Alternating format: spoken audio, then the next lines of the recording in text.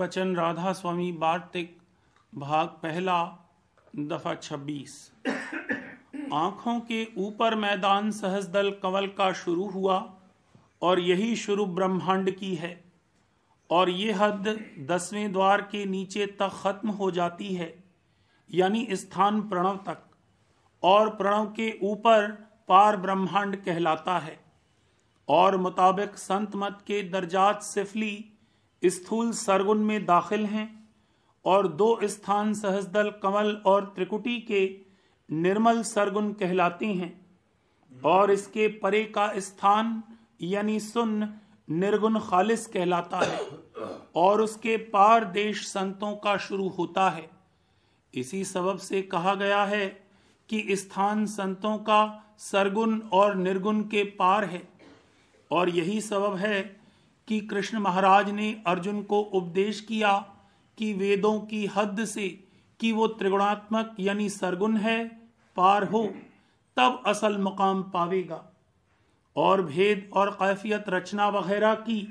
और जो शक्ति और कुदरत की इन सब स्थानों में रखी गई है, बहुत से बहुत है। ये सब हाल सच्चे अभ्यासी को सद्गुरु पूरे से मालूम होगा और अपने अभ्यास के वक्त वो आप देखता जावेगा। दफा 27। अब इस बात को जाहिर करना जरूर है कि जब पिछले साध और जोगेश्वर और महात्माओं ने देखा कि भेद स्थान उल्वी यानी आसमानी का बहुत बारीक है, हर एक की ताकत उसके समझने की नहीं है, और अभ्यास भी उसका प्राणायाम के वसीले से बहुत कठिन है, खासकर पिछले वक्त में जबकि सिवाय ब्राह्मणों के और किसी कौम को हुक्म मजहबी किताबों के पढ़ने का नहीं था, तब उन्होंने अव्वल भेद सिर्फ स्थान सिफली का प्रकट किया और भेद स्थान उल्वी को गुप्त रखा, इस मतलब से कि रफ्ते रफ्ते जैसे अभ्यासी चढ़ता जावेगा वैसे ही आगे का भेद उसको जताया जावेगा। पर ये मार्ग और उसका अभ्यास इस कदर थक गया कि अभ्यासी स्थान सिफली के भी बहुत कम मिले। फिर रफ्ते रफ्ते उस वक्त के बुजुर्गों ने मसलहत वक्त समझकर कुल जीवों को, जो कि बिल्कुल मूर्ख और अनजान थे, अवतारों और देवताओं वगैरह की बाहर मुखी पूजा में लगाया, इस ख्याल से कि ये नाम और रूप जो असल में अंतरी मुकामों के थे, याद करके उसकी धारणा अव्वल बाहर मुखी करें और फिर अंतर में लगें।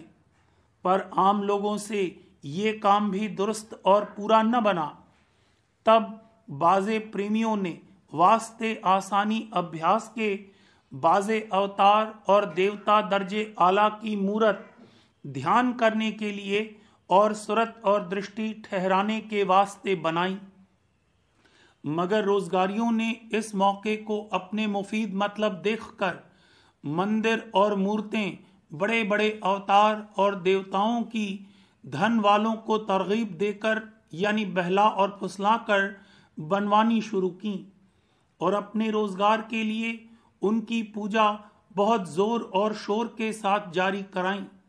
और पुरानी किताबों को जिनमें अभ्यास और उपासना का भेद लिखा था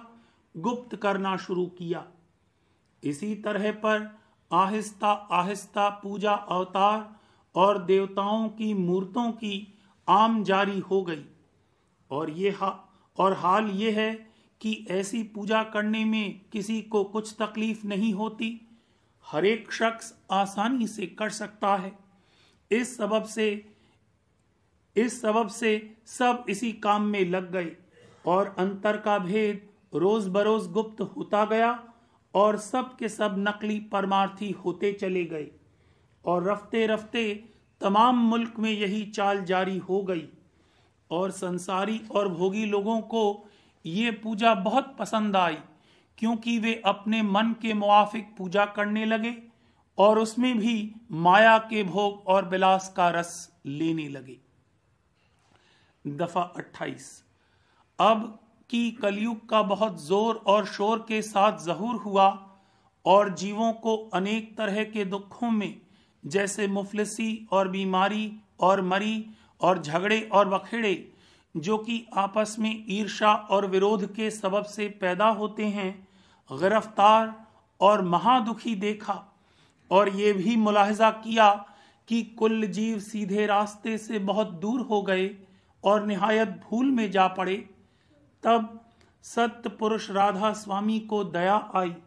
और वे कृपा करके संत सद्गुरु रूप धरकर संसार में प्रकट हुए और सच्चे मत और मार्ग का भेद साफ साफ वाणी और वचन में खोल कर कहा। और जबकि उन्होंने देखा कि परमार्थ में ब्राह्मणों ने अपनी जीविका के कारण बहुत चालाकी की है और असल किताबों को सबकी नजर से छिपा दिया है,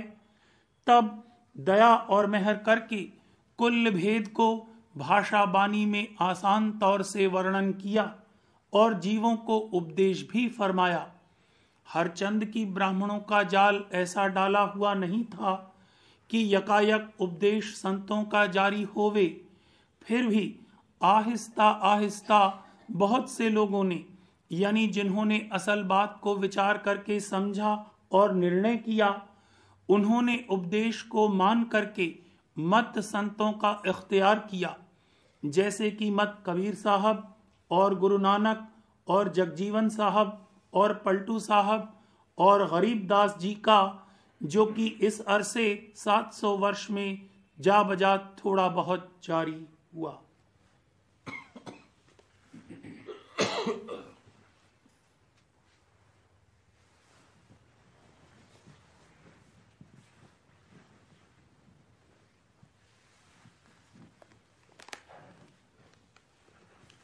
प्रेम पत्र राधा स्वामी, चौथा भाग, प्रकार 30वां। इस देश में जीव आशा, मनसा, तृष्णा, भय, चिंता और परिश्रम से नहीं बच सकता। जो इनसे न्यारा होना चाहें, वो कुल मालिक राधा स्वामी दयाल के देश में पहुंचने का जतन अपने घट में करें,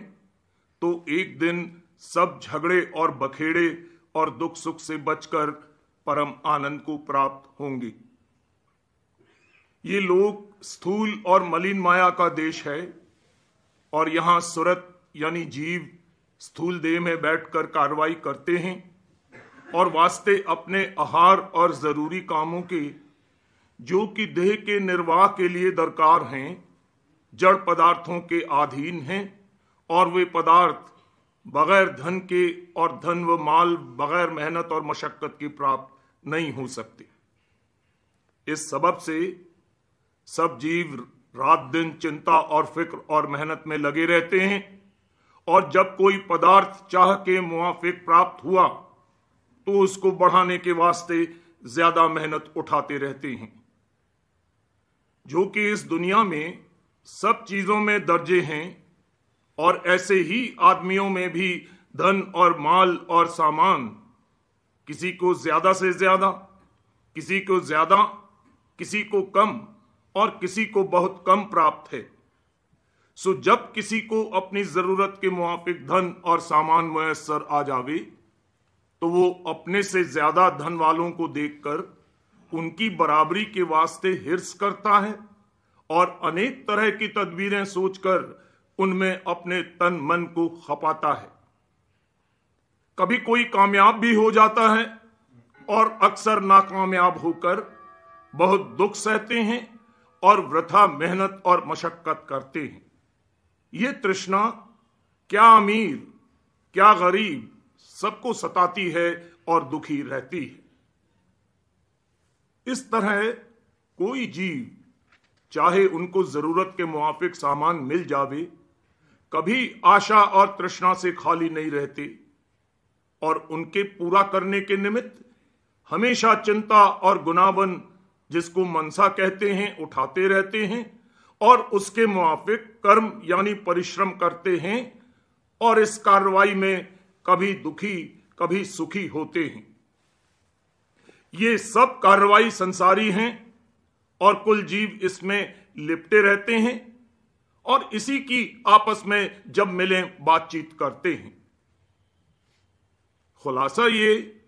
कि उनका मन कभी दुनियावी ख्यालों से खाली नहीं रहता। या तो रोजमर्रा की मेहनत और परिश्रम में लगा रहता है, या जो भोग की प्राप्त हैं उनके भोगने और मजा लेने में वक्त खर्च करता है, या विशेष भोगों और पदार्थों और मान बढ़ाई के हासिल करने को चिंता और गुनावन और फिर जतन करता है, या इन्हीं मामलों का आपस में जिक्र मजकूर करता है, या कभी मनोराज करके अपने आप मगन होता है। ये हालत कुल जीवों की यहां तक बढ़ी हुई रहती है कि उनको कभी अपनी मौत का ख्याल भी नहीं आता, और ना इस बात का कि बाद मरने के कहां जाएंगे और क्या हालत उन पर गुजरेगी कभी सोच मन में नहीं करती, कभी सोच मन में करते हैं। जो कुछ मामूली परमार्थ की बातचीत सुनते हैं, या किसी वक्त मुआयना पर किताब पढ़ते हैं, जो कुछ मामूली परमार्थ की बातचीत सुनते हैं या किसी वक्त मुआयना पर किताब पढ़ते या सुनते हैं, वो कार्रवाई साधारण तौर पर बतौर पुरानी लीक और रस्म की करते हैं, और उसमें जरा गौर और तवज्जो नहीं करते कि इस कार्रवाई का क्या मतलब है और इससे क्या फायदा हासिल होना चाहिए और आया वो हासिल होता है या नहीं। इसी तरह जब किसी को निहायत दुखी या बीमार या मरते देखते हैं तो उस वक्त कुछ खौफ मन में लाते हैं, लेकिन थोड़ी देर बाद उसको भूल जाते हैं। जिस किसी को सच्चे परमार्थ या भक्ति की रीत में बरतते देखते हैं तो उनको बड़ा अचरज होता है कि वो शख्स कैसे धन और माल और दुनिया के भोग और उनकी चाह छोड़कर या कम करके सत्संग और भजन वगैरह में अपना वक्त लगाता है। लेकिन जब कभी इन जीवों पर सख्त तकलीफ या सदमा गुजरता है या मौत का वक्त करीब आता है, उस वक्त ये निहायत घबराते और तड़पते हैं और कोई उनका इस असाध दुख में सहाई और मददगार नहीं होता। और फिर बाद मरने के अपने कर्मों का फल दुख सुख भोगते हैं और उसमें भी कोई कुछ बचाव नहीं कर सकता और जन्म मरण का चक्कर भी नहीं छूट सकता। ऐसी हालत जीवों की कि सदा सुख सहते रहते हैं देखकर ऐसी हालत जीवों की कि सदा दुख सहते रहते हैं देखकर संत सदगुरु दया करके फरमाते हैं कि जो महासुख और अमर आनंद चाहू तो अपने सच्चे माता पिता कुल मालिक सत्य पुरुष राधा स्वामी दयाल और उनके निज धाम का खोज और पता लगाकर और उनके दर्शनों की सच्ची अभिलाषा मन में उठाकर और जुगत चलने की दरियाफ्त करके उसका अभ्यास शुरू कर दो तो रफ्ता रफ्ता जिस कदर रास्ता तय होता जावेगा उसी कदर छुटकारा माया के जंजाल से होता जावेगा। यानी देह और संसार के दुख सुख का असर इसे कम व्यापेगा और अपने अंतर में अभ्यास का आनंद मिलता जावेगा और वही अभ्यास और आनंद तरक्की पाकर एक दिन निज घर में पहुंचा देगा। ये बात सबको मालूम होना चाहिए कि इस रचना का कोई कुल मालिक जरूर है और उसका नाम सत्य पुरुष राधा स्वामी दयाल है और हरचंद वो सब जगह मौजूद है, पर उसका निज धाम ऊंचे से ऊंचा है और सब जीव उसकी अंश हैं। जैसे सूरज और उसकी किरण और उसके निज देश में माया नहीं है, वहां कुल रचना रूहानी और चैतन्य है और कष्ट और क्लेश और जन्म मरण वहां नहीं है। और नीचे के देश में माया का भारी जोर और शोर है, यानी चैतन्य पर उसके गिलाफ पर गिलाफ चढ़ रहे हैं और जिस कदर की भोग और पदार्थ हैं वो सब माया के मसाले से जो 5 तत्व और 3 गुण हैं बने हैं और जड़ हैं। इस वास्ते जब तक कि जीव अपने अंशी यानी कुल मालिक के धाम में उलटकर न पहुंचेगा तब तक अमर और परम आनंद को प्राप्त नहीं होवेगा और देह संबंधी दुख सुख और जन्म मरण से बचाव नहीं होवेगा। अब सब जीवों को, चाहे मर्द होवे या औरत, इस दुनिया और उसके सामान की नाशमानता देखकर और अपनी मौत की याद लाकर विचारना चाहिए कि जब थोड़े दिनों की जिंदगी के वास्ते इस दुनिया में इस कदर मेहनत और मशक्कत करते हैं और नाशमान सुखों की प्राप्ति के लिए जो कि मरने के वक्त जरूर छोड़ने पड़ेंगे, इस कदर पछते और खपते हैं, तो हमेशा के महासुख और परम आनंद के हासिल करने और दुखों से सहज में नजात पाने के वास्ते किस कदर तवज्जह और मेहनत उनको करना चाहिए। पिछले वक्तों में ये काम बहुत मुश्किल था और बावजूद सख्त मेहनत के थोड़ा बहुत फायदा परमार्थी हासिल होता था। लेकिन अब कुल मालिक राधा स्वामी दयाल ने अति दया करके और जीवों को निबल और दुखी देखकर सहज जगत पूरे उद्धार और सच्ची मुक्ति के प्राप्ति की फरमाई है कि जो औरत और मर्द और जवान और बूढ़ा बिला छोड़ने घर बार और उद्यम और रोजगार के थोड़े वक्त उसका अभ्यास करके परम पद हासिल कर सकता है और इसी जिंदगी में राधा स्वामी दयाल और संत सदगुरु की दया से अपना उद्धार होता हुआ देख सकता है। इस वास्ते भूल और गफलत और बेपरवाही और आलस छोड़कर सब जीवों को मुनासिब और लाजिम है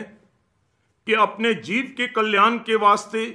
राधा स्वामी दयाल के उपदेश की कमाई थोड़ी बहुत जरूर करें कि जिससे इस जिंदगी में और भी बाद मरने के उनके जीव की रक्षा और सहायता होवे और 2, 3 या 4 जन्म में अपना अभ्यास पूरा करके धुर घर पहुंचकर महासुख को प्राप्त होवे। कुल मालिक राधा स्वामी दयाल और उनके निजधाम का भेद और तरीका अभ्यास का कि जिससे सुरत, मन और इंद्रिय और माया के घेर से न्यारी होकर अपने मालिक के चरणों में पहुंचे, राधा स्वामी संगत से मालूम हो सकता है। और किसी मत में जो आजकल जारी हैं, ये भेद और जुगत अभ्यास की पाई नहीं जाती है।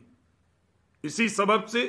सब मत वाले खाली फिरते हैं और कर्मों में अटक कर पाप पुण्य का फल दुख सुख भोगते हैं और ये चक्कर जब तक कि सच्चे मालिक के चरणों का प्रेम मन में नहीं आवेगा और उसके दर्शन की प्राप्ति के वास्ते संत सदगुरु की दया लेकर सुरत शब्द मार्ग का अभ्यास नहीं किया जावेगा, कभी नहीं मिट सकता है।